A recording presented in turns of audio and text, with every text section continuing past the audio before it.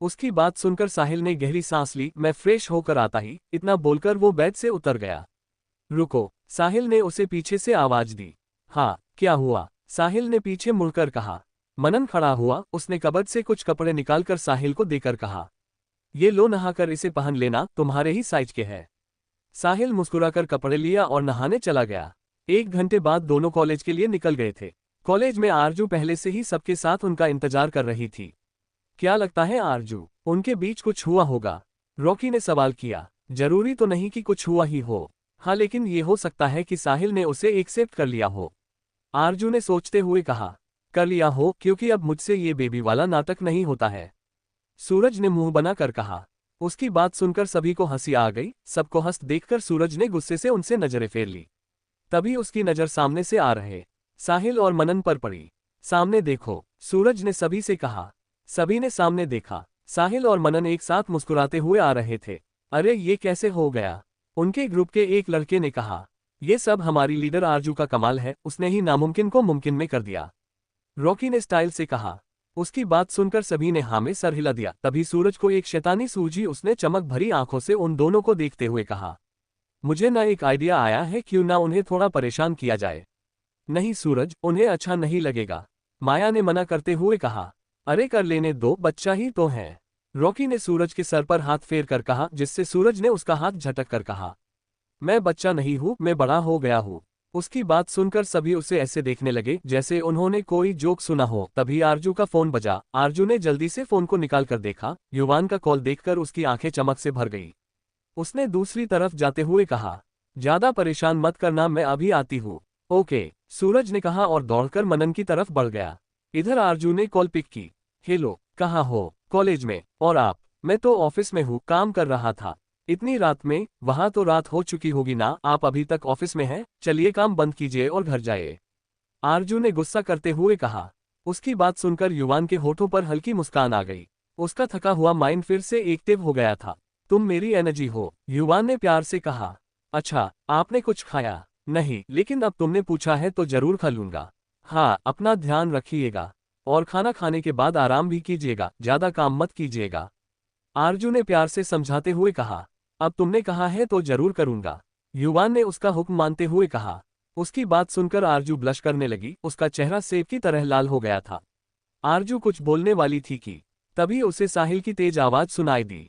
युवान, मैं आपसे बाद में बात करती हूँ, शायद यहाँ कुछ प्रॉब्लम हो गई है। आरजू ने जल्दी से बोलकर कॉल कट कर दिया। उसके बाद सभी की तरफ जाने लगी। दूसरी तरफ युवान का चेहरा सीरियस हो गया था। उसने तुरंत नील को कॉल किया। क्या खबर है वहां की?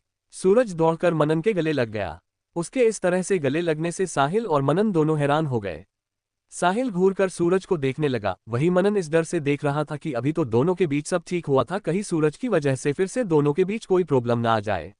मनन ने सूरज को खुद से अलग किया। उसने कहा, सूरज ये सब क्या है? सूरज, कल तक मैं तुम्हारा बेबी था और अब सूरज हो गया, सूरज ने पाउट बनाकर कहा। उसकी बात सुनकर मनन का हैरानी से मुंह खुल गया। ये सूरज क्या बोल रहा था? कल तक जो था वो सब एक नाटक था न, तो फिर ये ऐसे क्यों बोल रहा था? उसने मन में सोचा। तभी उसकी नजर सूरज के पीछे खड़े उसकी पलटन पर गई, जो हंसते हुए उन्हें ही देख रहे थे। ये देखकर मनन को समझते देर न लगी कि सूरज अभी उसके साथ मजाक कर रहा था। ओह अच्छा बच्चू, मेरे साथ मजाक? अभी बताता हूँ तुम्हें, मनन ने उसे देखकर मन ही मन सोचा और अजीब तरह से मुस्कुरा दिया। तुमने सही कहा बेबी, तुम तो मेरे बेबी हो न। आओ इधर आओ। मनन ने झट से सूरज को अपनी तरफ खींचकर गले लगा लिया।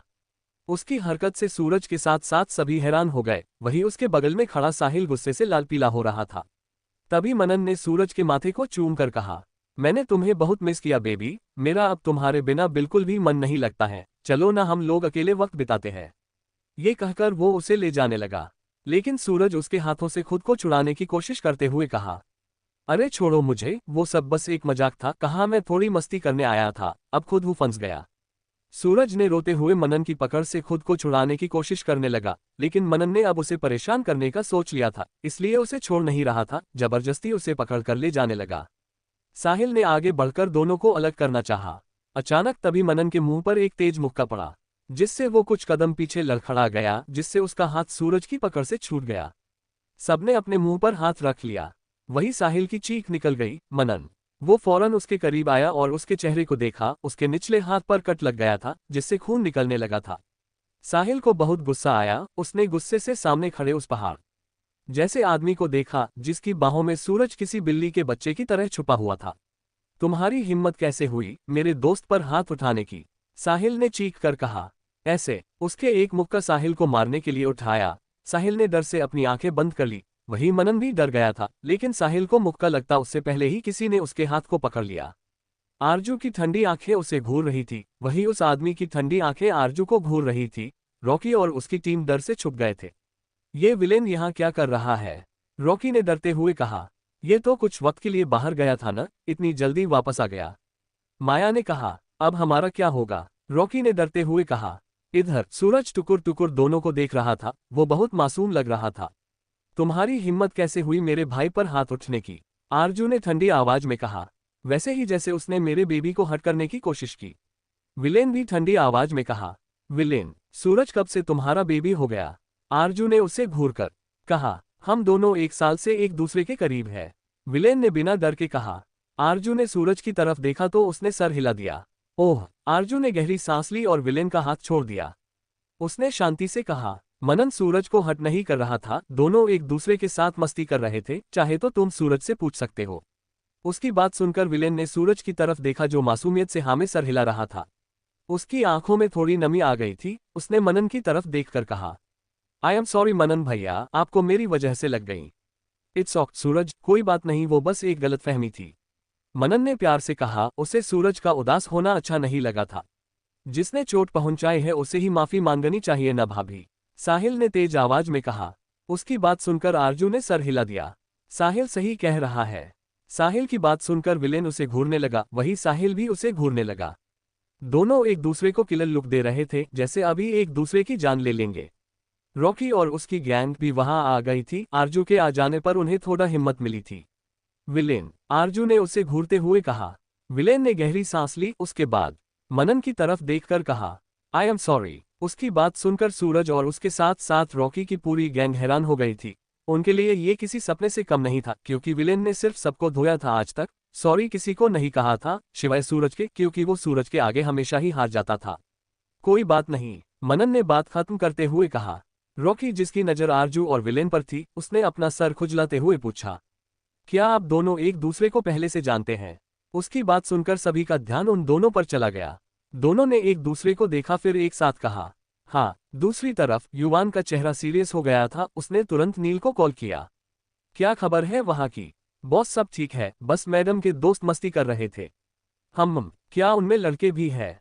युवान की सख्त आवाज आई। जी बॉस। नील थोड़ा परेशान हो गया था। युवान ने कॉल कट कर दी। उसने अपना सर पीछे सीट पर टिका दिया और कुछ सोचने लगा। अचानक उसने अपने हाथ में पकड़ी फाइल को बंद कर टेबल पर रखा और केबिन से बाहर निकल जाने से पहले उसने श्याम को मैसेज किया, मैं इंडिया वापस जा रहा हूँ, डैड को बोलना मीटिंग को संभाल ले। अब मैं नहीं आने वाला। इंडिया में सबके बीच सारी प्रॉब्लम सॉल्व हो चुकी थी, लेकिन बात यह थी कि आरजू और विलेन एक दूसरे को कैसे जानते थे। आरजू ने गहरी सांस ली और कहा, जब मैं हॉस्टल में रहती थी तभी मेरी मुलाकात विलेन से हुई थी। ये मेरा सीनियर था स्कूल में, लेकिन हमेशा ही अकेला रहता था। जब मैंने इसे देखा तो मेरा मन इसके बारे में जानने का हुआ, इसलिए मैं इसके आगे पीछे घूमने लगी। पहले तो ये मुझे बिल्कुल भी भाव नहीं देता था, लेकिन एक दिन शायद उसे मुझ पर तरस आ गया था और हमारी दोस्ती हो गई। पढ़ाई पूरी होने के बाद ये यहाँ आ गया, मैं वहीं रह गई, लेकिन मुझे नहीं पता था कि हम यहाँ मिलेंगे। सभी उसकी बात सुनकर हैरान थे। वैसे तुम्हें सूरज कैसे पसंद आया था? ये तो मुझे पता था कि तुम्हें हमेशा से लड़कों में इंटरेस्ट था, लेकिन इतनी जल्दी तुमने बॉयफ्रेंड भी बना लिया, वो भी हमारे छोटकू को। कहते हुए आरजू हंसी। उसकी बात सुनकर सभी हंसने लगे। विलेन ने सबको घूर कर देखा तो सब चुप हो सिवाय आरजू के। वो मैं बताता हूँ, रॉकी ने जल्दी से कहा। अच्छा वो क्यों? तुम्हें ज्यादा पता है हमारे बारे में? सूरज ने उसे देखकर मुंह बनाकर कहा। हाँ बिल्कुल, क्योंकि तुम शुरू से ही रोंदू थे। अपनी इसी कमी को छुपाने के लिए तुमने हमारी गैंग ज्वाइन की। लेकिन एक दिन जब कुछ लड़के तुम्हें परेशान कर रहे थे, तब तुम उनसे बचने के लिए भागने लगे। तभी तुम विलेन से टकरा गए, उससे किसी छोटे बच्चे की तरह चिपक गए। साथ ही रो रोकर उससे उन सब की शिकायतें करने लगे। तुम्हारे मासूम चेहरे को देखकर वो पिघल गया। उसके बाद उसने उन सभी की पिटाई की। तब से तुम दोनों दोस्त बन गए। दोस्त से कब बॉयफ्रेंड बन गए तुम दोनों को ही एहसास नहीं हुआ। रॉकी ने एक सांस में सब कुछ कह डाला। ये लो पानी पियो। लगता है आज हमारी लेखिका साहिबा ने तुम्हारा डायलॉग ज्यादा बड़ा लिख दिया है, तभी तुमसे बोला नहीं जा रहा था। माया ने उसकी पीठ सहलाते हुए कहा। उसकी बात सुनकर रॉकी ने उसे घूर कर देखा। वही उसकी बात सुनकर सभी के चेहरे पर मुस्कान आ गई थी। सूरज ने शर्म से खुद का चेहरा छुपा लिया था। उसे ये करता देखकर विलेन ने उसे अपने पास खींचकर गले लगा लिया, जिससे उसका चेहरा उसके सीने में छुप गया। उन्हें इस तरह खुलकर सबके सामने ऐसा करता देखकर मनन और साहिल एक दूसरे को देखने लगे। कुछ वक्त बाद कॉलेज खत्म होते ही सभी अपने अपने घर के लिए निकल गए। साहिल और मनन एक दूसरे के साथ वक्त बिताना चाहते थे तो वो लोग एक साथ चले गए। घर आने के बाद आरजू सीधे अपने रूम में गई और बेड पर लेटकर थोड़ा रेस्ट की। उसके बाद उसने युवान कॉल किया, लेकिन उसका फोन स्विच ऑफ आ रहा था। उसने एक बार फिर से कॉल किया, फिर से स्विच ऑफ बता रहा था। आरजू ने गुस्से से फोन को बेड पर फेंक दिया और चेंज करने चली गई। चेंज करने से बाद वो नीचे आए। उसने खुद के लिए नूडल्स बनाए और कमरे जाकर उसने हाउसफुल 4 मूवी लगाए और देखनी शुरू कर दी। नूडल्स खाते हुए वो हंस भी रही थी। टीवी देखते देखते जब रात हो गई उसे पता ही नहीं चला। थोड़ी देर बाद दिन का वक्त हो गया था। आरजू ने एक बार फिर युवान को कॉल किया, लेकिन फोन अभी भी स्विच ऑफ आ रहा था। अब तो आरजू को गुस्सा आने लगा युवान पर। वो फोन को बेड पर फेंककर नीचे डिनर करने आ गई थी। डिनर कर आरजू थोड़ी देर के लिए गार्डन में टहलने लगी थी। आज का मौसम बहुत अच्छा था। उसे युवान की बहुत याद आ रही थी। थोड़ी देर बाद वो कमरे में आए, तभी उसे फोन के बजने की आवाज आई। आरजू ने जल्दी से जाकर फोन को उठाया। उसकी सारी एक्साइटमेंट धरी रह गई थी जब उसने कॉलर आईडी पर साहिल का नाम देखा। हेलो, उसने बेमन से कहा। भाभी, आज मैं मनन के घर ही रुकने वाला हूँ, इसलिए आप परेशान मत होना। उधर से साहिल की आवाज आई। ओके, आरजू ने कहकर कॉल कट कर दिया। वो बिस्तर पर लेट गई और युवान के बारे में सोचते सोचते नींद में चली गई। आधी रात में एक कार बिल्डिंग के बाहर रुकी। एक आदमी उससे बाहर निकला। उसे देखते ही सभी गार्ड्स ने सर झुका लिया था। वो लंबे लंबे कदम लेता हुआ हॉल से अपने रूम में आया, जहां इस वक्त अंधेरा हो रखा था, लेकिन एक मध्यम रोशनी अभी भी जल रही थी जिससे वहां पर हर चीज को देखा जा सकता था। वो धीरे से चलते हुए बेड के पास आया। उसकी नजर बेड पर सोती हुई उस लड़की पर पड़ी जो नाइट ड्रेस में काफी अट्रैक्टिव लग रही थी। आई मिस यू मेरी जान, उसने ये कहकर उसके होठों को सख्ती से चूम लिया था। आरजू नींद में थोड़ा कसमसाई, जिससे युवान उससे दूर हो गया। उसने उसे देखते हुए धीरे से कहा, इंतजार करो जान, अभी आता हूँ। कुछ वक्त बाद युवान अपने कपड़े बदलकर आया और आरजू के बगल में लेटकर उसे अपनी बाहों में भर लिया। उसने दोबारा उसके गुलाबी होठों को अपने होठों के बीच दबा लिया। उसे फिर से किस करने लगा। आरजू वापस से उसकी बाहों में कसमसाने लगी। युवान इतने दिन की दूरी में जितना तड़पा था, उतना ही वो उस पर हावी हो रहा था। ना जाने किस करते हुए कब युवान आरजू के ऊपर आ गया, उसे एहसास ही नहीं हुआ। इधर सांस न ले पाने की वजह से आरजू ने नींद से बोझिल आंखें हल्के से खुली। उसने युवान से अलग होने की कोशिश की, क्योंकि वो सांस नहीं ले पा रही थी। उसे ऐसा लग रहा था कि जल्द ही उसकी सांसें रुक जाएंगी। अचानक युवान ने आरजू के होठों को आजाद कर उसके गले पर किस करने लगा। आरजू आंखें बंद कर गहरी गहरी सांस ले रही थी। तभी उसे एहसास हुआ कि कोई उसके बेहद करीब था। आरजू ने 2-3 बार पलकें झपकाकर अपनी आंखें खोली, लेकिन नींद से भरी होने की वजह से उसकी आंखें नहीं खुल रही थी। तभी उसने युवान के परफ्यूम की खुशबू को महसूस किया। युवान, उसने आंखें बंद कर मुस्कुराते हुए कहा। युवान ने उसके गले पर किस करते हुए कहा। युवान ने धीरे धीरे आरजू के नाइट सूट को खोलना शुरू कर दिया, क्योंकि अब उससे दूरी जरा भी बर्दाश्त नहीं हो रही थी। इतने दिन आरजू के बिना रहना बहुत मुश्किल था उसके लिए। आरजू को लग रहा था कि वो युवान के खुद के करीब आने का सपना देख रही थी।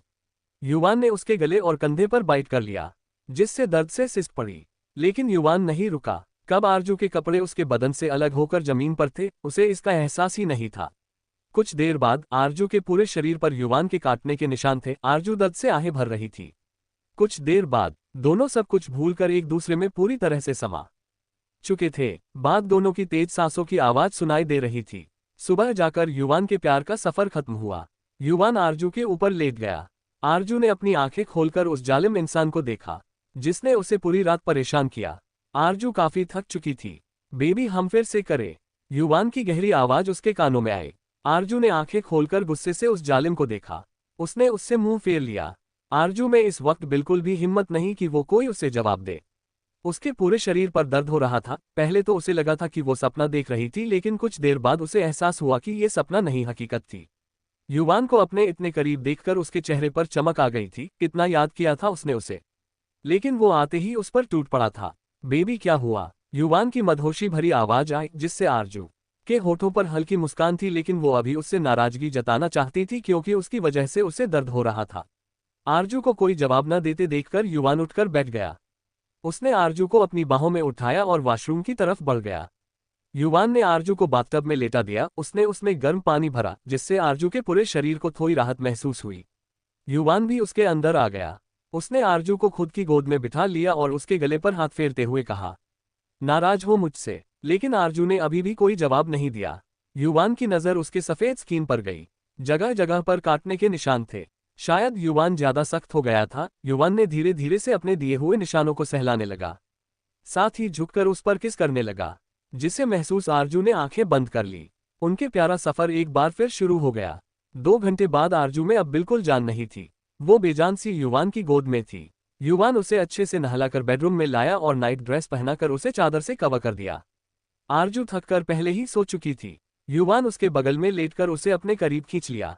युवान आरजू को देखते हुए सो चुका था। इस वक्त दोपहर के 12 बज रहे थे। पूरे विला में शांति थी। तभी साहिल उछलता हुआ अंदर आया। विला में इतनी शांति देखकर वो काफी हैरान हुआ। क्या आरजू घर पर नहीं है? उसने सोचा। फिर वो भी सर झटकता हुआ अपने कमरे में चला गया। उसे रेडी होना था क्योंकि वो और मनन लॉन्ग ड्राइव पर जाने वाले थे। साहिल को मनन के साथ रहना बहुत अच्छा लगने लगा था। वो अब उसी के साथ रहना चाहता था, लेकिन अभी वो दोनों के बारे में किसी को बताना नहीं चाहता था। दूसरी तरफ शाम हो चुकी थी। युवान के रूम के उसकी नींद खुली। अपनी बाहों में आरजू को सोता देखकर वो हल्का सा मुस्कुरा दिया। उसने आरजू का माथा चूमा और उसे खुद से अलग कर नहाने चला गया। कुछ देर बाद वो रेडी होकर नीचे आया। उसे देखते ही सर्वेंट ने जल्द ही उसके सामने एक कॉफी का कप रख दिया। युवान कॉफी पीते हुए फोन पर कुछ देख रहा था। वो सिर्फ एक मैसेज छोड़कर यहाँ आ गया था। उसके डैड के बहुत सारे कॉल्स आए थे, लेकिन उसने एक भी रिसीव नहीं किया था क्योंकि अब वो उनसे फिर से उसी टॉपिक पर बात नहीं करना चाहता था। लेकिन वो ये भी जानता था कि उसके डैड इतनी जल्दी हार नहीं मानेंगे। उसे जल्द ही कुछ सोचना होगा। युवान कॉफी पीते हुए शाम के भेजे हुए डिटेल को देख रहा था। तभी साहिल फॉर्मल वियर में सीढ़ियों से उतरता हुआ नीचे आया। सामने सोफे पर युवान को बैठा हुआ देखकर उसके कदम ठिठक गए। भाई आप कब आए? उसने उसे देखते हुए हैरानी से पूछा। युवान ने सर उठाकर साहिल की तरफ देखा। उसकी आंखें छोटी हो गई। वो उसे ऊपर से नीचे तक घूरने लगा।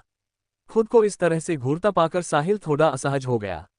तो तुम डेट पर जा रहे हो? उसने उसे देखते हुए पूछा। साहिल ने सर झुका लिया था। उसके चेहरे पर हल्की मुस्कान थी जो साफ साफ बता रही थी कि वो डेट पर जा रहा था।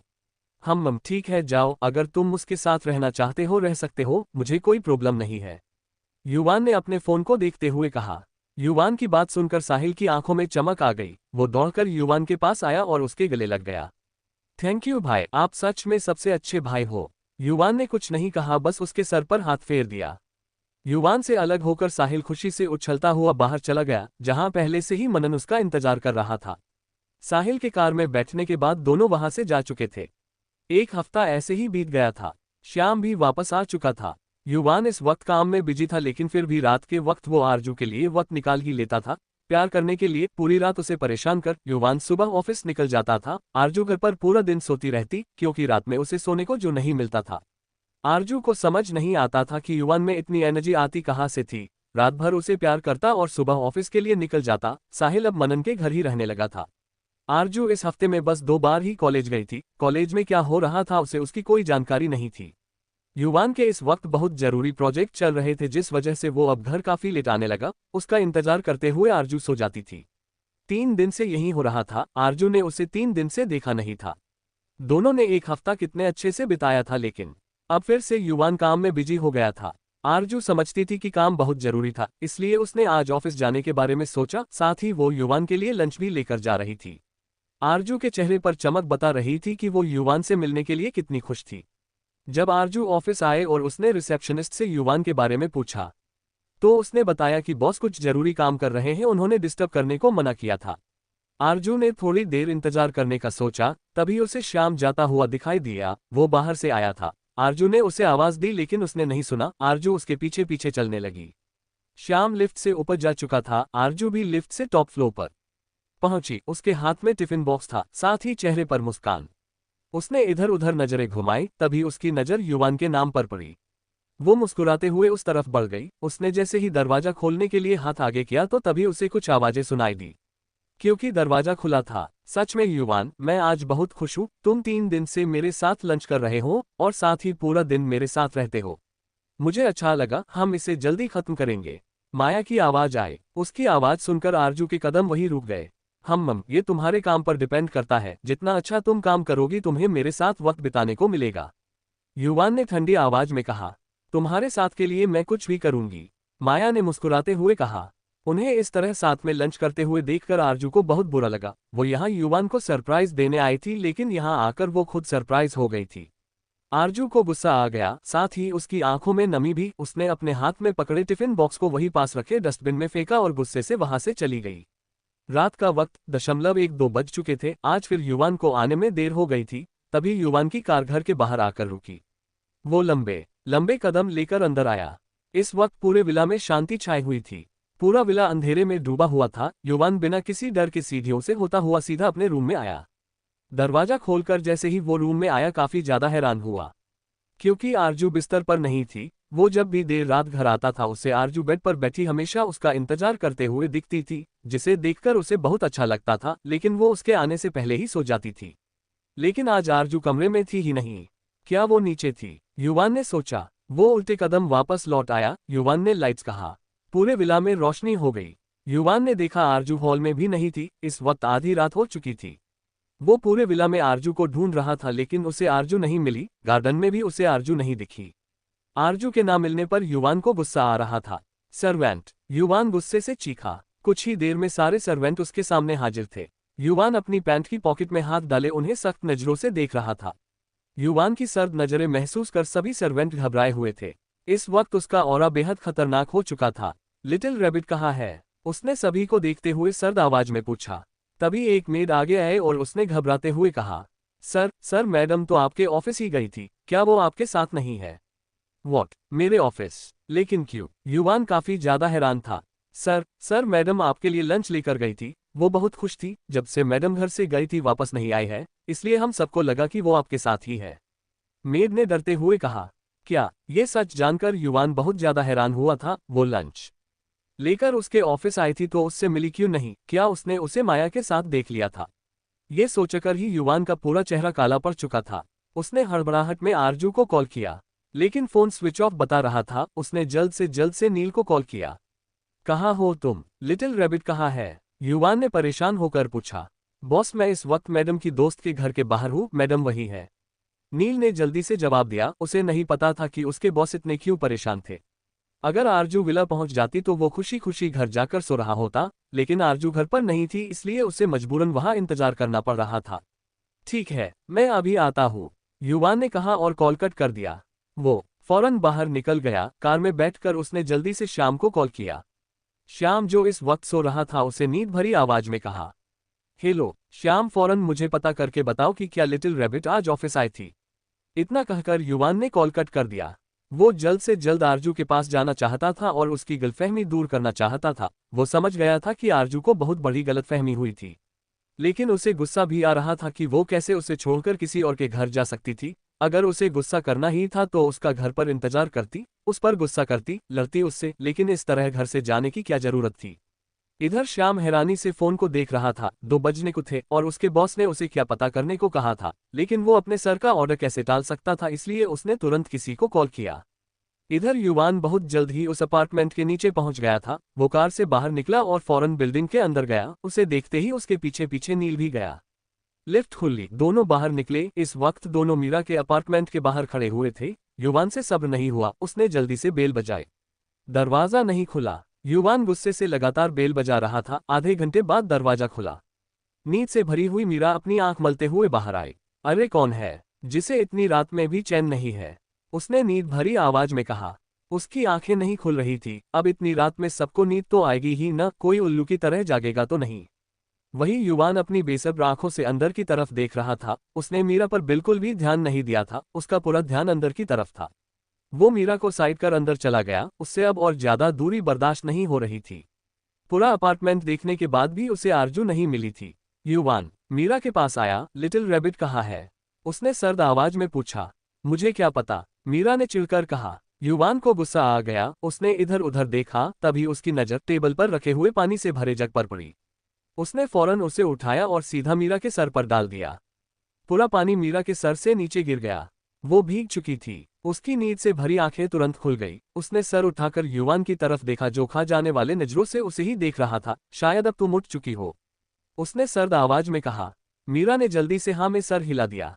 आरजू कहाँ है? आरजू? आप कौन? युवान सहगल। युवान का नाम सुनकर मीरा हैरानी से युवान को देख रही थी। सच में वो काफी ज्यादा हैंडसम था। आरजू सही बोल रही थी, इसे गुस्सा भी बहुत आता है।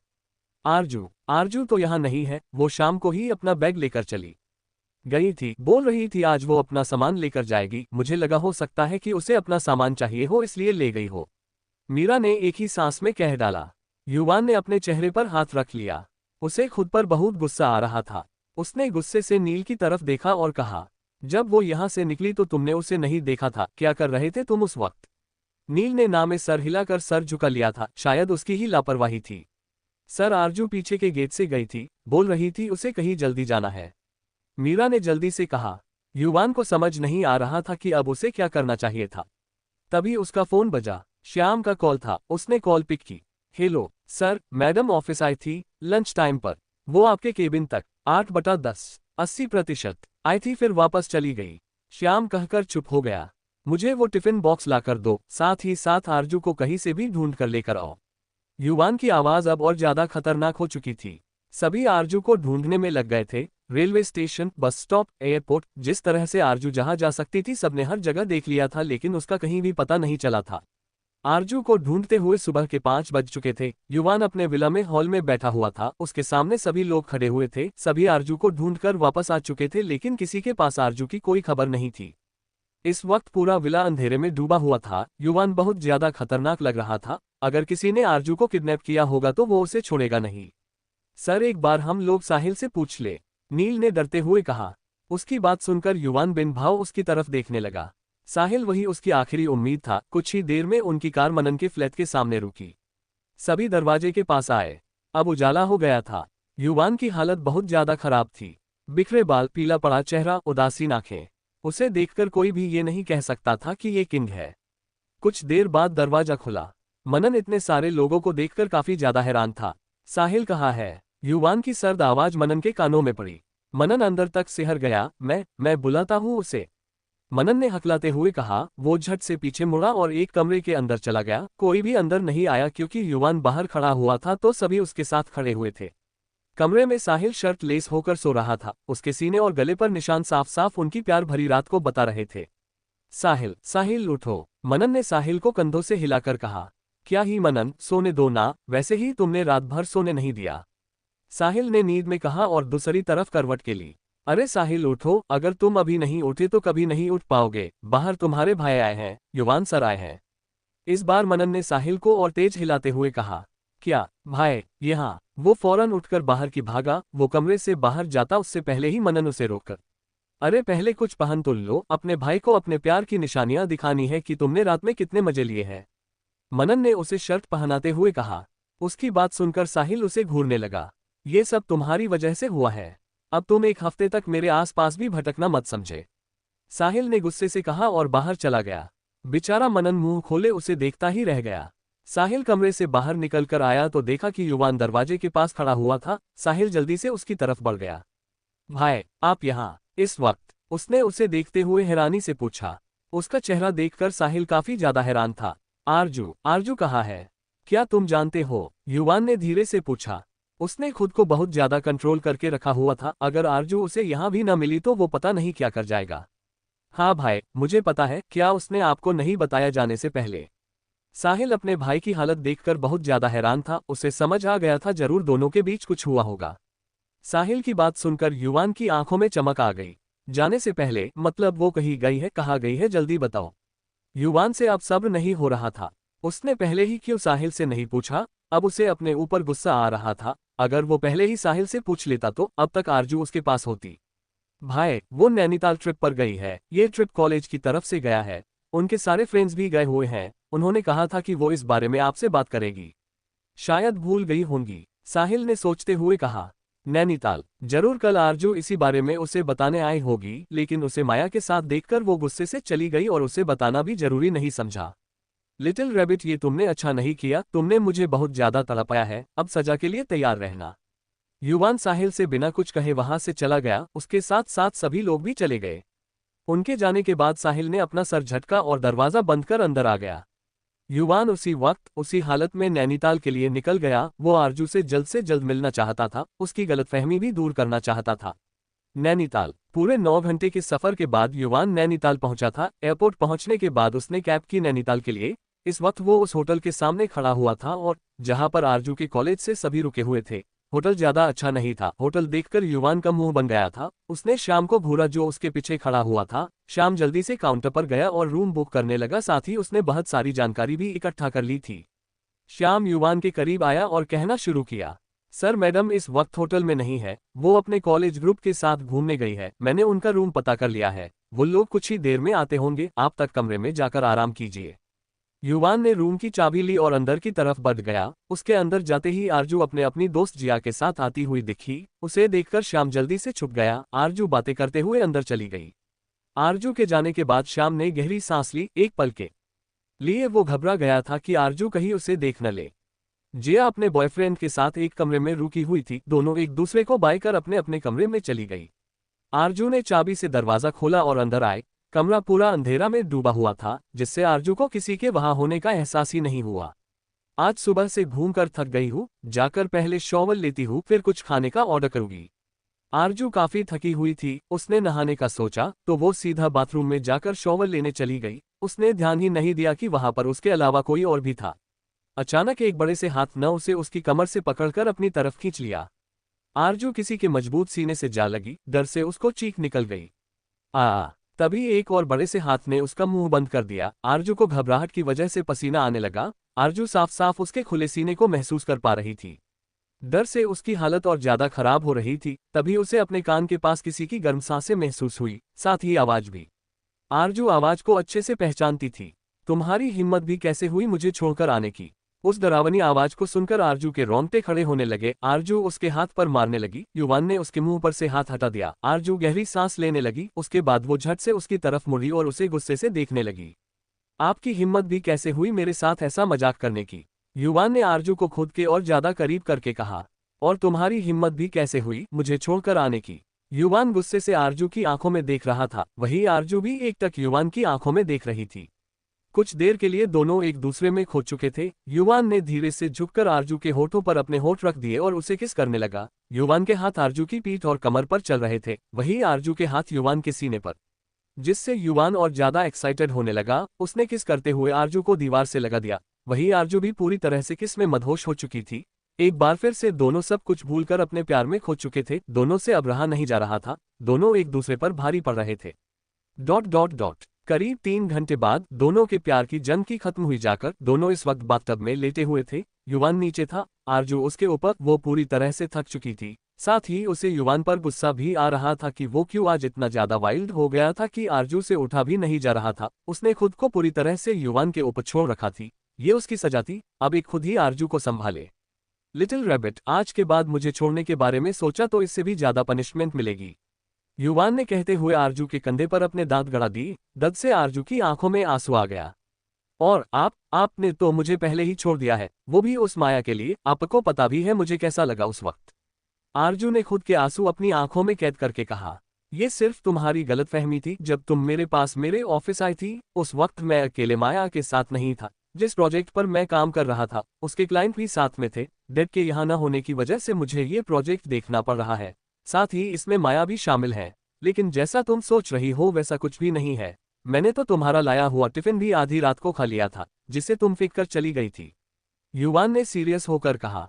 आरजू झट से उसके ऊपर से उठकर, सच्ची आपने रात में खाया था? लेकिन तब तक वो खराब हो चुका था ना, फिर आपने क्यों खाया? आरजू को अच्छा भी लगा लेकिन साथ ही बुरा भी। आई डोंट केयर कि वो खराब हो चुका था, वो तुम लाई थी इसलिए मैंने खा लिया। युवान ने सख्त होकर कहा। आरजू उसकी बात सुनकर मुस्कुराई। उसे नहीं पता था कि युवान उससे इतना ज्यादा प्यार करता था। उसने बेमतलब ही उस पर शक किया। वो सबसे अलग था, उसके जैसा कोई नहीं था। आरजू युवान को देखकर सोचे जा रही थी। खुद को आरजू द्वारा देखे जाने पर युवान के चेहरे पर शैतानी मुस्कान थी। वो हल्के से झुका और आरजू के कान के पास जाकर बोला, मैं ज्यादा हैंडसम लग रहा हूँ? हाँ, आरजू ने खोए हुए कहा। तो फिर मुझे चेक करना चाहोगी? युवान ने आरजू के कान में फुसफुसाते हुए कहा, जिससे आरजू अपने होश में वापस आए। उसका चेहरा लाल हो चुका था। ये आदमी इतना बेशर्म क्यों था? उसने सोचा। युवान अब कहाँ मानने वाला था। दोनों के बीच फिर से प्यार शुरू हो गया। युवान उसे पैशनेट तरीके से किस कर रहा था। आरजू उसमें खोती जा रही थी। लगभग 1 घंटे बाद युवान ने आरजू की एनर्जी खत्म कर दी थी। आरजू इतनी ज्यादा थक चुकी थी कि उसकी आंखें बंद हो गई थी। अब उसमें बिल्कुल भी हिम्मत नहीं थी। थोड़ी बहुत जो बाकी थी वो भी युवान ने खत्म कर दी थी। युवान ने खुद को और आरजू को अच्छे से साफ किया। उसके बाद वो उसे बाथरोब पहनाकर रूम में लाया। उसने आरजू को बेड पर लेटाया और खुद उसके बगल में लेटकर उसे अपनी बाहों में भर लिया। आरजू सो चुकी थी। युवान ने गहराई से उसका माथा चूमा और कहा, तुम मेरे लिए क्या हो ये बताना बहुत मुश्किल है। बस ये जान लो तुम्हें देखकर जीने का मन करता है। किसी के दरवाजा खटखटाने से आरजू की नींद खुली। उसने आंखें मलते हुए उठने की कोशिश की, लेकिन वो वापस से नीचे गिर गई। उसने सर उठाकर देखा तो युवान अपनी चमकती हुई आंखों से उसे ही देख रहा था। आप उठ गए?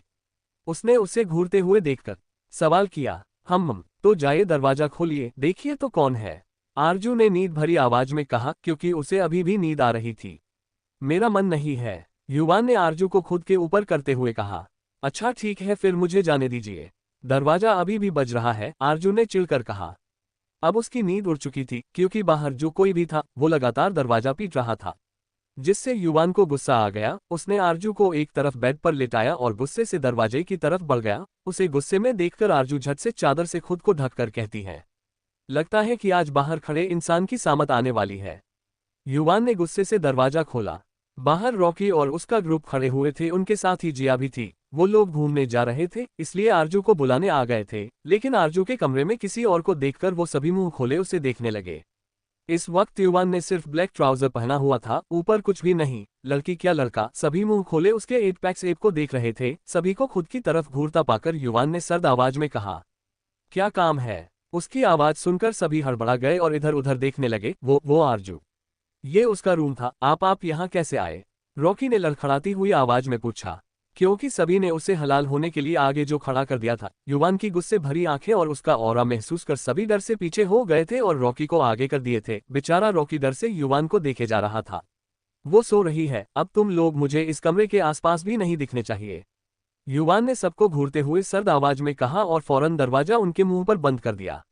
सभी हैरानी से मुंह खोले उन्हें देख रहे थे। तभी सूरज ने रॉकी का मुंह बंद करके कहा, मुंह बंद कर लो वरना मच्छर अंदर घुस जाएगा। उसकी बात सुनकर रॉकी ने उसे घूरा तो वो जल्दी से विलेन की बाहों में छुप गया। विलेन अब रॉकी को खा जाने वाली नजरों से देख रहा था। जब रॉकी की नजर विलेन पर गई तो वो नकली मुस्कान के साथ झट से काया के पीछे हो लिया। तुम एक नंबर के फट्टू हो, काया ने अपने पीछे खड़े रॉकी को देखकर मुंह बनाकर कहा। अच्छा तो तुम क्या चाहती हो, मैं इस 6 फुट लंबे पहलवान के साथ लड़ाई कर अपने हाथ पैर तोड़वाकर घर में बैठ जाऊं? रॉकी ने भी उसी तरह से मुंह बनाकर कहा। अभी रॉकी और काया और लड़ते उससे पहले ही जिया उन्हें रोककर, गाइस प्लीज स्टॉप इट, अभी हमें आरजू के बारे में सोचना चाहिए। हाँ माया सही कह रही है, आरजू के साथ कौन सा लड़का था? सूरज ने सोचते हुए कहा। बच्चे तुम दिमाग पर ज्यादा जोर मत डालो वरना तुम्हारा दिमाग खत्म हो जाएगा। रॉकी ने सूरज के सर पर टैप करके कहा तो सूरज ने उसे घूरते हुए मुंह फुला लिया। वो फूले हुए चेहरे के साथ बहुत क्यूट लग रहा था। विलेन ने उसे वापस से खींचकर खुद की बाहों में भरकर कहा, उस पर ध्यान देने की जरूरत नहीं है, सिर्फ मुझ पर ध्यान दो। इतना कहकर उसने सबके सामने ही उसके होठों को चूम लिया। सूरज की आंखें बड़ी बड़ी हो गई। वही सभी ने अपनी आंखों पर हाथ रख लिया। अरे हमारे बारे भी तो सोचो, हम बच्चों पर क्या असर पड़ेगा? रॉकी ने मुंह बनाकर कहा। विलेन ने उसे इग्नोर कर दिया। उसने आरजू के रूम को देखकर कहा, मुझे लगता है कि वो आरजू का बॉयफ्रेंड होगा। क्या? सभी के मुंह के साथ खुल गए। किसी को यकीन नहीं था कि आरजू का कोई बॉयफ्रेंड भी होगा, क्योंकि उसने तो कभी किसी को बताया ही नहीं था। और ये कोई ऐसा वैसा आदमी नहीं है, पता नहीं क्यों लेकिन ये मुझे बहुत ज्यादा जाना पहचाना लग रहा है। विलेन ने सोचते हुए कहा, क्या तुम उसे जानते हो? जिया ने जल्दी से पूछा। शायद हाँ, क्या वो किंग हो सकता है? विलेन ने सोचते हुए कहा। क्या किंग? वही जो bad boy smile with horns नाम से मशहूर है। रॉकी ने डर का घूर भरते हुए कहा। रॉकी की बात सुनकर सभी डर भरी नजरों से विलेन की तरफ देखने लगे, जो हाँ में सर हिला रहा था। Bad boy smile with horns युवान का सबसे बुरा रूप इसी नाम से मशहूर था। सभी बहुत ज्यादा डर चुके थे। विलेन की बात सुनकर सभी फौरन वहां से रफू चक्कर हो गए। विलेन उन्हें देखकर सभी डरपोक है। उसके बाद वो भी वहां से चला गया। 1 हफ्ता बीत चुका था।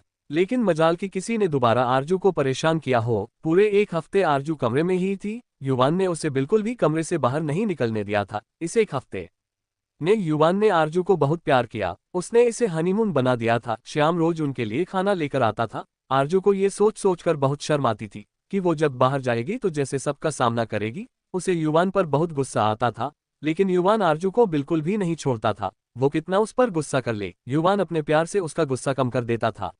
इसी तरह आज का दिन।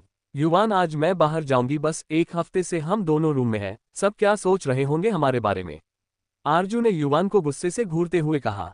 लेकिन युवान को इससे कोई फर्क नहीं पड़ा। वो दोनों सफेद रंग के मखमली चादर के अंदर थे। आरजू बेड लेटी हुई थी, युवान उसके ऊपर था। युवान आरजू के गले लग पर किस किए जा रहा था। उसने आरजू की बात का कोई जवाब नहीं दिया।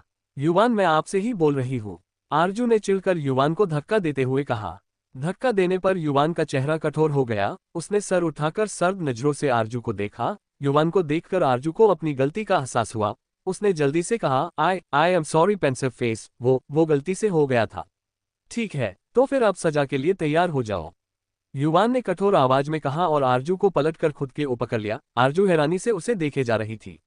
किस मी, युवान ने आरजू को देखते हुए कहा। क्या? आरजू को समझ नहीं आया।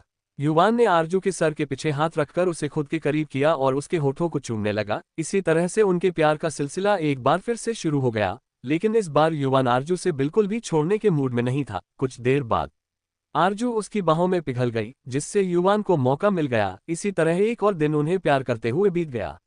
रात का वक्त था। आरजू बालकनी में खड़ी होकर आसमान को देख रही थी। वो नाराज थी युवान से, क्योंकि युवान उसकी एक नहीं सुनता था।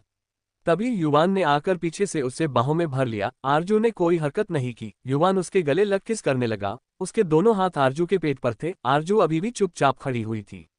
आरजू को कोई हरकत करते न देखकर युवान ने उसे अपनी तरफ घुमाया और प्यार से उसके माथे को चूमते हुए बोला, क्या हुआ, मेरी बेबी को क्यों नाराज है? युवान, आप वापस जाकर उस माया के साथ काम नहीं करेंगे, मुझे वो बिल्कुल भी पसंद नहीं। आरजू ने युवान के सीने में सर छिपा कर कहा। आज तुम ये सब क्यों बोल रही हो? मैंने कहा ना, मेरी लाइफ में तुम्हारे अलावा कोई नहीं आएगा। युवान ने आरजू के बाल सहलाते हुए कहा। आरजू ने कुछ नहीं कहा। थोड़ी देर पहले जो हुआ था वो सोचने लगी। युवान सो रहा था, तभी उसका फोन बजा। आरजू जो लेटी हुई थी, उसने झट से फोन को उठा लिया। अननोन नंबर देखकर उसने सोचा किसका होगा, लेकिन फिर सर झटक कर उठा लिया। हेलो युवान, कैसे हो तुम कब वापस आओगे? मुझे तुम्हारी बहुत ज्यादा याद आ रही है। वापस आते ही मुझसे मिलने जरूर आना। तुम सुन रहे हो ना? आरजू जो सारी की बात सुन रही थी, वो आवाज से पहचान गई थी कि ये कोई और नहीं माया थी। युवान मेरा है और अब दोबारा कॉल करने की हिम्मत भी मत करना, समझी? आरजू ने गुस्से से कहा। माया कुछ देर के लिए शांत हो गई, लेकिन अगले ही पल हंसते हुए बोली, अच्छा, तुम जो चाहती हो नहीं होने वाला है। युवान बहुत जल्द मेरे करीब होगा। इतना कहकर माया ने कॉल कट कर दिया, लेकिन आरजू के दिमाग में वो बात बैठ गई, अगर युवान उससे दूर हो गया तो। यही सोच सोचकर वो परेशान थी। साथ ही उसे युवान पर गुस्सा भी आ रहा था कि वो माया के साथ काम कर रहा था। बेबी बताओ भी, क्या हुआ? युवान ने फिर से पूछा। आरजू युवान से अलग हुई और कहा, कुछ नहीं। आरजू अंदर जाने लगी तो युवान ने उसका हाथ पकड़कर अपनी तरफ खींचकर गले लगाकर कहा, आज हम बाहर जाएंगे। तुम बाहर जाना चाहती थी ना, तो आज हम लोग घूमने जाएंगे। आरजू खुश हो गई। उसने युवान के गाल पर किस किया और कहा, तो ठीक है, फिर मैं जल्दी से रेडी हो जाती हूँ। आरजू चली गई। आरजू के जाते ही युवान का चेहरा सख्त हो चुका था। आखिर उसे कैसे नहीं पता चलता कि आरजू कब क्या सोचती है? उसे हमेशा ही सब पता होता है। आज उसने आरजू की आंखों में उसे खोने का डर देखा था। युवान ने गुस्से से कहा, माया, तुमने जो भी किया अच्छा नहीं किया। लगता है तुम्हारे जीने की इच्छा खत्म हो गई है। जल्द ही वापस आकर तुम्हारा फैसला करूंगा। 1 घंटे बाद दोनों बाहर ठंड से घूम रहे थे। आरजू को इतने दिन बाद बाहर निकलकर बहुत अच्छा लग रहा था। वो युवान का हाथ पकड़े रास्ते पर चल रही थी। ये उसके लिए सबसे अच्छा समय था। युवान आरजू को खुश देखकर खुश था। दोनों एक दूसरे का हाथ पकड़कर रास्ते के किनारे पर चल रहे थे। तभी एक कार तेजी से आरजू के बगल से निकली। आरजू डर से चौंक गई। युवान ने झट से उसे अपने गले लगा लिया। वो कार आगे जाकर एक बड़े पेड़ से टकरा गई। उसकी तेज आवाज सुनकर आरजू और ज्यादा डर गई। युवान ने मजबूती से आरजू को अपनी बाहों में भर रखा था। रात का समय था, ज्यादा लोग सड़क पर नहीं थे। उस कार से धुआं निकलने लगा था। युवान ने जब देखा तो आरजू को वहीं रोककर खुद उस कार की तरफ चल पड़ा। कार के पास आकर उसने देखा कि ड्राइवर की सीट पर एक लड़का जख्मी हुआ बैठा था। उसका सर स्टीयरिंग व्हील से लगा हुआ था। उसके सर से खून निकल रहा था। युवान ने देखा कि दरवाजा खोलने का कहीं से भी कोई रास्ता नहीं था। और पेट्रोल लीक होने की वजह से कार में जल्द ही आग लग सकती थी। युवान ने अपने हाथ से शीशे पर एक जोरदार मुक्का मारा, कार का शीशा टूट गया। युवान ने अंदर हाथ डालकर कार का दरवाजा खोला और उस लड़के को बाहर निकाला।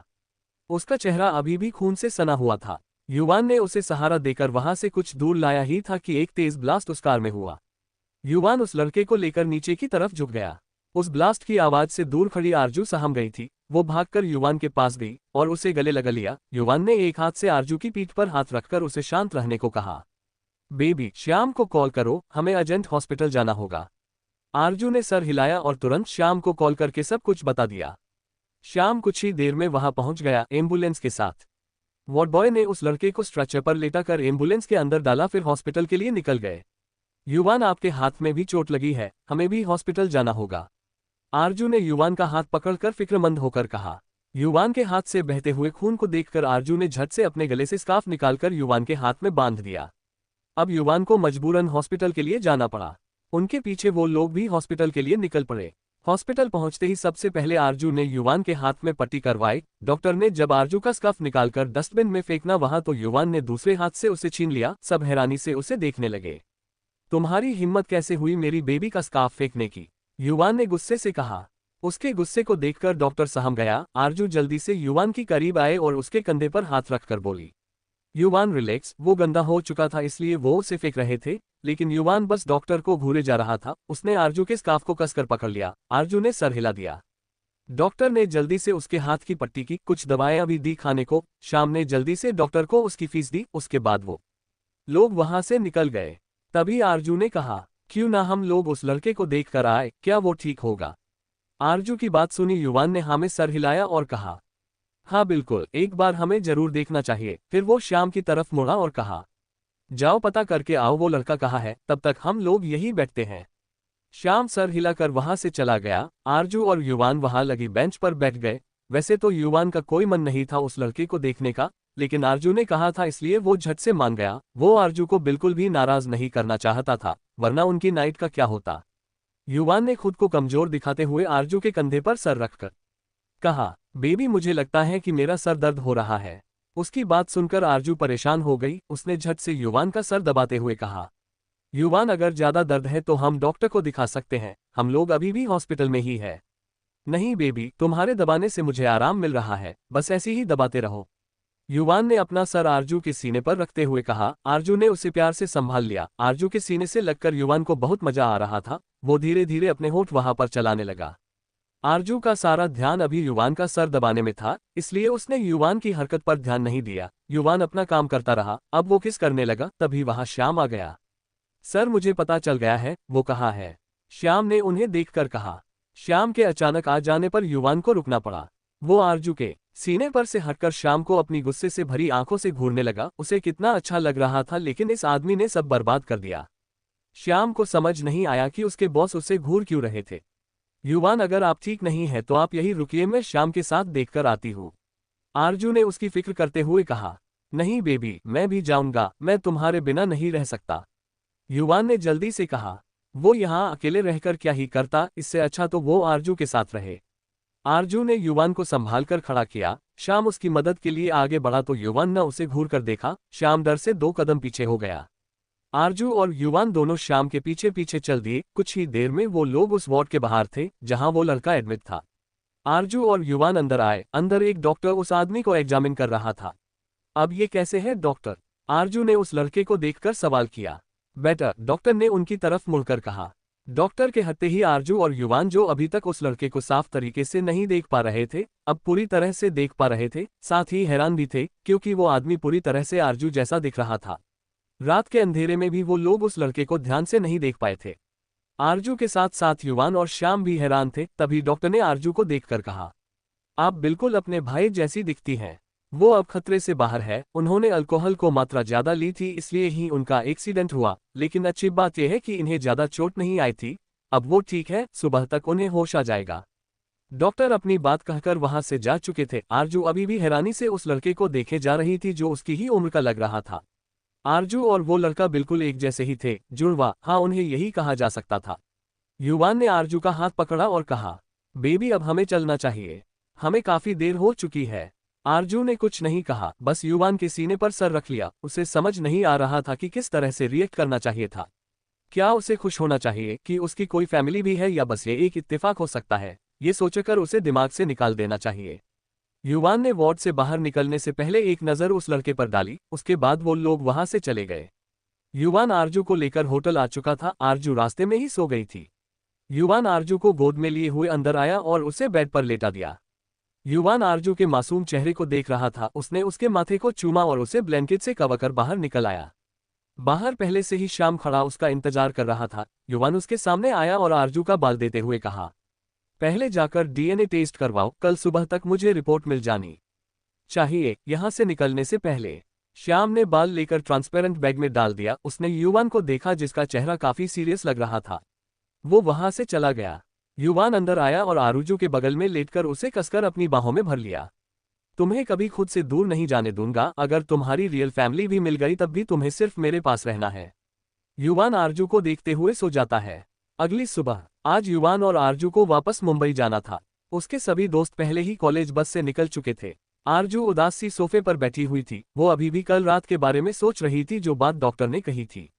क्या वो मेरा भाई हो सकता है, या फिर मुझे वहम हो रहा है, क्योंकि इतनी बड़ी दुनिया में कोई भी किसी के जैसे हो सकता है। आरजू अपनी ही सोच में परेशान थी। अगर उसका भाई हुआ तो उसे एक फैमिली मिल जाएगी। जिस प्यार के लिए वो इतना तड़पी थी अब उसे मिल जाएगा। लेकिन आरजू समझ नहीं पा रही थी कि वो क्या चाहती थी।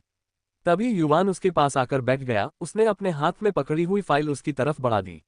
ये क्या है? उसे देखकर आरजू ने उससे सवाल किया। तुम्हारे सारे सवालों का जवाब, उसने आरजू को अपनी गोद में बिठाते हुए कहा। मतलब? आरजू ने कंफ्यूज होकर पूछा। मतलब ये कि ये तुम्हारे और कल रात वाले लड़के का डीएनए रिपोर्ट है, जिसने तुम दोनों का डीएनए 100% मैच हो गया है। तुम दोनों रियल भाई बहन हो। युवान ने आरजू का गाल सहलाते हुए कहा। सच्ची? लेकिन आपको कैसे पता? आरजू ने रिपोर्ट देखते हुए पूछा। मैंने कल शाम से कहकर तुम दोनों का डीएनए टेस्ट करवाया था। युवान ने आरजू के गालों को चूमते हुए कहा। ये तो अच्छी बात है। उसका नाम क्या है? वो कहाँ रहता है? घर में कौन कौन है? आरजू ने उत्साहित होकर युवान से पूछा। मैंने शाम को पता करने के लिए भेज दिया है। अब हमें मुंबई वापस जाना चाहिए। जैसे ही तुम्हारे भाई के बारे में जानकारी मिलेगी मैं तुम्हें सब बता दूंगा। युवान ने आरजू के होठों पर हल्की किस करते हुए कहा। तभी आरजू का ध्यान युवान के हाथ पर गया जिस पर अभी भी पट्टी थी। ये कैसा है अब? आरजू ने युवान का हाथ पकड़कर पूछा। वो अभी भी उसके लिए परेशान थी। युवान हल्के से मुस्कुरा दिया और कहा, ठीक है, चलो अब हमें निकलना है। युवान ने आरजू के माथे को चूमते हुए कहा। उसके बाद दोनों वहां से निकल गए। फ्लाइट से वो लोग रात तक मुंबई पहुंच गए। विला आते ही आरजू काफी थकी हुई लग रही थी। युवान ने सबसे पहले उसे डाइनिंग टेबल पर बैठकर उसे डिनर कराया। फिर ऊपर रूम में जाकर उन्होंने साथ में शावर लिया। फिर एक साथ बेड पर लेटकर सो गए। दूसरी तरफ हॉस्पिटल में सुबह उस लड़के को होश आया। उसे होश में आता देखकर नर्स जल्दी से डॉक्टर को बुलाने चली गई। जब डॉक्टर आए तो उन्होंने देखा कि वो लड़का अपना सर पकड़े हुए था। हे यंग मैन, तुम्हें आखिर होश आ ही गया।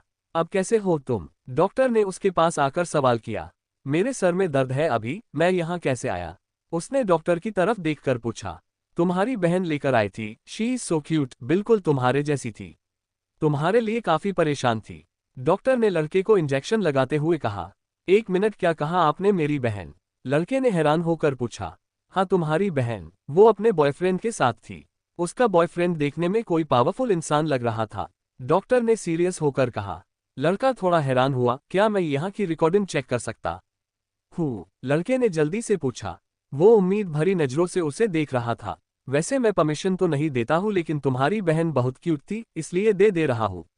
डॉक्टर ने मुस्कुराते हुए कहा।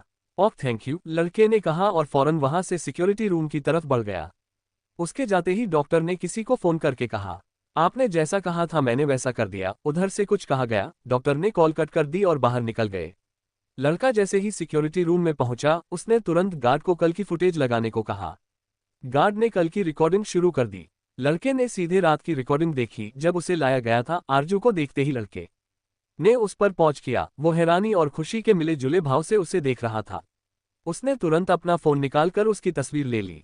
देखा, आखिर मैंने तुम्हें ढूंढ ही लिया माय डियर सिस्टर, लड़के ने मुस्कुराते हुए कहा। एक हफ्ते बाद आरजू अपने कॉलेज के लिए रेडी हो रही थी। आज से उसके एग्जाम शुरू हो रहे थे। एक हफ्ते उसने घर में बैठकर पढ़ाई की थी। रेडी होकर वो नीचे आई। डाइनिंग टेबल पर बैठा हुआ युवान न्यूज़पेपर देख रहा था। युवान, आपको कुछ पता चला मेरी फैमिली के बारे में? आरजू ने चमकती आंखों से उसकी तरफ देखते हुए पूछा। युवान ने सर उठाकर उसकी तरफ देखा। उसने आज जीन्स और क्रॉप टॉप पहना हुआ था जिसमें वो बहुत ब्यूटीफुल स्माइलिंग फेस लग रही थी। युवान ने आरजू के सवाल को इग्नोर किया। उसने न्यूज़पेपर को फोल्ड कर टेबल पर रखा। उसके बाद उसने आरजू का हाथ पकड़कर अपनी गोद में बिठा लिया और उसके होठों को चूमने लगा। आरजू हैरान थी, उसने उससे क्या पूछा था और उसे जवाब क्या मिल रहा था। किस करने के बाद युवान आरजू से अलग हुआ और उसके गालों को अंगूठे से रब करते हुए कहा, लिटिल रैबिट, क्या तुम चाहती हो मैं आज ऑफिस न जाऊं? आरजू ने इतने दिन बाद उसके मुंह से लिटिल रैबिट सुना था, वरना वो आजकल उसे बेबी बुलाने लगा था। मैं क्यों ऐसा चाहूंगी? आरजू ने आंखें बड़ी कर पूछा। उसे समझ नहीं आ रहा था कि आखिर युवान उससे क्या बोल रहा था। तो फिर इतनी ब्यूटीफुल बनकर कॉलेज क्यों जा रही हो? तुम चाहती हो ना आज मैं तुम्हें प्यार करूं? तुम मुझे सेड्यूस कर रही हो ना? चलो हम रूम में चलते हैं। युवान ने आरजू के कान में फुसफुसाते हुए कहा। उसकी बातें सुनकर आरजू के कान और गाल लाल हो गए। ये आदमी क्या करे? वो इस आदमी का, नहीं, मुझे आज कॉलेज जाना है, मेरा एग्जाम है, आरजू ने जल्दी से कहा। युवान ने उसे घूर कर देखा, फिर वापस से उसके होठों पर किस करने लगा। 10 मिनट तक किस करने के बाद उसे छोड़ा। अब ठीक है, अब मेरा मन लगा रहेगा आज पूरा, युवान ने आरजू से अलग होकर कहा। आरजू ने मुंह फुला लिया। वो हमेशा इस आदमी के सामने हार जाती थी और ये आदमी अपनी मनमानी करता था, लेकिन आरजू को यही पसंद था क्योंकि युवान उससे बहुत प्यार करता था। युवान ने आरजू के फूले हुए गालों को चूम लिया और उसे अपने हाथ से खिलाने लगा। आरजू भी जल्द सारा गुस्सा भूल गई और खाने लगी। युवान खुद भी खाता और उसे भी खिलाता। नाश्ता होने के बाद दोनों बाहर आ गए। आज युवान खुद आरजू को छोड़ने जा रहा था, जिससे आरजू के चेहरे पर मुस्कान थी। कॉलेज पहुंचते ही युवान ने आरजू के बालों को सही करते हुए कहा, शाम को तुम्हारे सारे सवालों के जवाब मिल जाएंगे। फिर उसके माथे को चूम कर कहा, जाओ और अच्छे से एग्जाम देना। आरजू ने सर हिला दिया और जल्दी से युवान के होठों पर हल्की सी किस कर दरवाजा खोलकर बाहर निकल गई। युवान तब तक उसे देखता रहा जब तक वो वहां से चली नहीं गई। उसके बाद वो भी वहां से चला गया। युवान के ऑफिस में युवान अपनी चेयर पर बैठा हुआ था, तभी श्याम वहां आया। सर, सब कुछ पता चल गया है उनके बारे। हम बोलना शुरू करो, युवान ने कहा। सर, आप उन्हें जानते हैं? वो मुंबई के जाने माने परिवार खन्ना परिवार से है। वो संजय खन्ना के बेटे अहान खन्ना है, श्याम ने कहा। खन्ना परिवार, उनके साथ हमारा एक प्रोजेक्ट चल रहा था जिसे उनके भाई का बेटा देख रहा है ना, क्या नाम है उसका? युवान ने सोचते हुए कहा। सर, नमन खन्ना, श्याम ने जल्दी से कहा। हम नमन, उसे मिलने को बुलाओ। वैसे उनका परिवार कैसा है? युवान ने दोबारा पूछा। सर, उनके बीच बॉन्डिंग काफी अच्छी है। सुनने में पता चला है कि संजय खन्ना ने सिर्फ अपने परिवार के लिए अपने प्यार को छोड़ दिया, लेकिन आज तक किसी को ये नहीं पता है कि उनके बेटे की मां कौन है, श्याम ने जल्दी से कहा। इंटरेस्टिंग, ये संजय खन्ना काफी छुपे रुस्तम है ना? परिवार की डोर इन्हीं के हाथों में है। इतना तो पक्का है कि अहान और आरजू दोनों सगे भाई बहन है और दोनों की मां एक ही है। एक काम करो, जरा उन्हें आरजू की फोटो भेजो, साथ ही अहान और आरजू की डीएनए रिपोर्ट भी। देखते हैं कि वो क्या एक्शन लेते हैं, युवान ने सोचते हुए कहा। सर, नमन को बुलाना है कि नहीं? वैसे भी उसने आपसे मिलने की काफी बार कोशिश की थी, लेकिन आप ही मिलना नहीं चाहते थे उनसे, श्याम ने सर झुका कर कहा। युवान ने उसकी तरफ देखा और कहा, पहले मिस्टर खन्ना का रिएक्शन देख लूं, फिर नमन से मिलूंगा। ओक, श्याम ने कहा और वहां से चला गया। उसे युवान का दिया हुआ काम भी करना था। पूरा दिन युवान काम में उलझा रहा। आरजू को लेने के लिए उसने कार पहले ही भेज दी थी। नील उसे घर ले जा चुका था। शाम होते ही वो भी घर चला गया। तारांकन तारांकन तारांकन तारांकन तारांकन तारांकन तारांकन तारांकन। दूसरी तरफ खन्ना मैंशन में संजय खन्ना अपने स्टडी रूम में थे। तभी दरवाजे पर दस्तक हुई। अंदर आ जाओ, उन्होंने कहा। एक 40 साल का आदमी अंदर आया। मिस्टर खन्ना ने उसकी तरफ सर उठाकर देखा। सर, ये पार्सल आपके लिए आया था, नौकर ने कहा। हम इसे रख दो और जाओ, मिस्टर खन्ना ने अपना काम करते हुए कहा। नौकर पार्सल रखकर वहां से जा चुका था। मिस्टर खन्ना अपना काम करते रहे। लगभग 1 घंटे बाद उनकी नजर पार्सल पर गई। उन्होंने अपने हाथ में पकड़ी फाइल को साइड रखा और उस पार्सल को खोलकर देखा। उसमें एक पेपर था। मिस्टर खन्ना ने पेपर पढ़ना शुरू किया। कुछ ही देर में उनके चेहरे का रंग बदल गया। वो काफी ज्यादा हैरान थे, साथ ही गुस्से से उनकी आंखें भी लाल थी। ये बेहुदा मजाक मेरे साथ करने की किसने कोशिश की है? उन्होंने उस कागज को गुस्से से मोड़ते हुए कहा। कागज को वही टेबल पर पटक कर वो बाहर आए। बाहर उन्होंने अहान की तेज आवाज सुनी, जो सबको आवाज देकर बुला रहा था। डैड, चाचू, चाची, भाई, दादी, दादाजी, जल्दी आइए, अहान ने तेज आवाज में कहा। सभी तुरंत हॉल में आए। क्या हुआ, क्यों चिल्ला रहा है? दादी ने कहा। अरे दादी, ऐसी खबर लाया हूं कि आप खुशी से झूम उठोई। आहान ने सोफे पर बिठाते हुए कहा। अच्छा, ऐसी कौन सी खबर है आहान? नमन ने कहा। भाई यहाँ बैठो, सभी लोग बैठो, मुझे आप लोगों को कुछ दिखाना है, आहान ने कहा। मिस्टर खन्ना साइड में खड़े होकर सब देख रहे थे। आहान ने अपना फोन निकाला और एक तस्वीर सभी को दिखाते हुए कहा, पहचानो कौन है ये? तस्वीर देखने के बाद सभी आहान को घूर कर देखने लगे। आहान, तूने फिर से कोई मजाक किया है ना? ये तो तेरी ही तस्वीर है, इसमें तूने लड़कियों वाले कपड़े पहने हैं। दादी माँ ने मुंह बनाकर कहा। अरे नहीं दादी माँ, ऐसा कुछ भी नहीं है। चाची आप देखो, आप बताओ, आहान ने अपनी चाची किरण से कहा। मुझे भी ये तू ही लग रहा है, उन्होंने कहा। क्या सबको लगता है कि ये मैं हूँ? सभी ने एक साथ कहा। हाँ, आहान ने अपने सर पर हाथ रख लिया। मिस्टर खन्ना मुस्कुराए हुए बाहर की तरफ जाने लगे। तभी उनके कानों में आहान की आवाज आई। गलत, ये मेरी बहन है, आरजू, सभी ने एक साथ कहा। क्या? मिस्टर खन्ना चलते हुए रुक गए। उन्हें लग रहा था कि उनके पैर जम गए थे। वो एक जगह पर खड़े रह गए, वो जैसे उन्हें सदमा लगा हो। आरजू, उन्होंने इस नाम को 2 से 3 बार दोहराया।